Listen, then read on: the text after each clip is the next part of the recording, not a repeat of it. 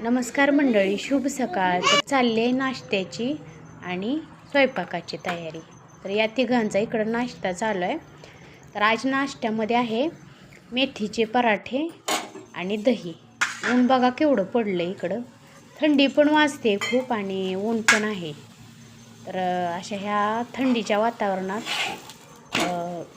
भरपूर भाज्या असतात बरं का थंडीच्या दिवसात. पालक, मेथी, असं वेगवेगळ्या नवीन रेसिपी करायलाही आणि खाऊ घालायलाही छान वाटतं. निमित्ताने लेकरांच्या पोटात तरी जातात पालेभाज्या. तर मस्त असं चालू आहे नाश्ता.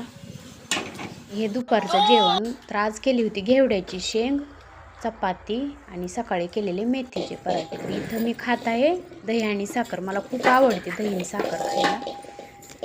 तर या जेवायला मंडळी. तर हे दोघं चाललेले आहेत तिकडं बँड बंद करायला जेवण करून.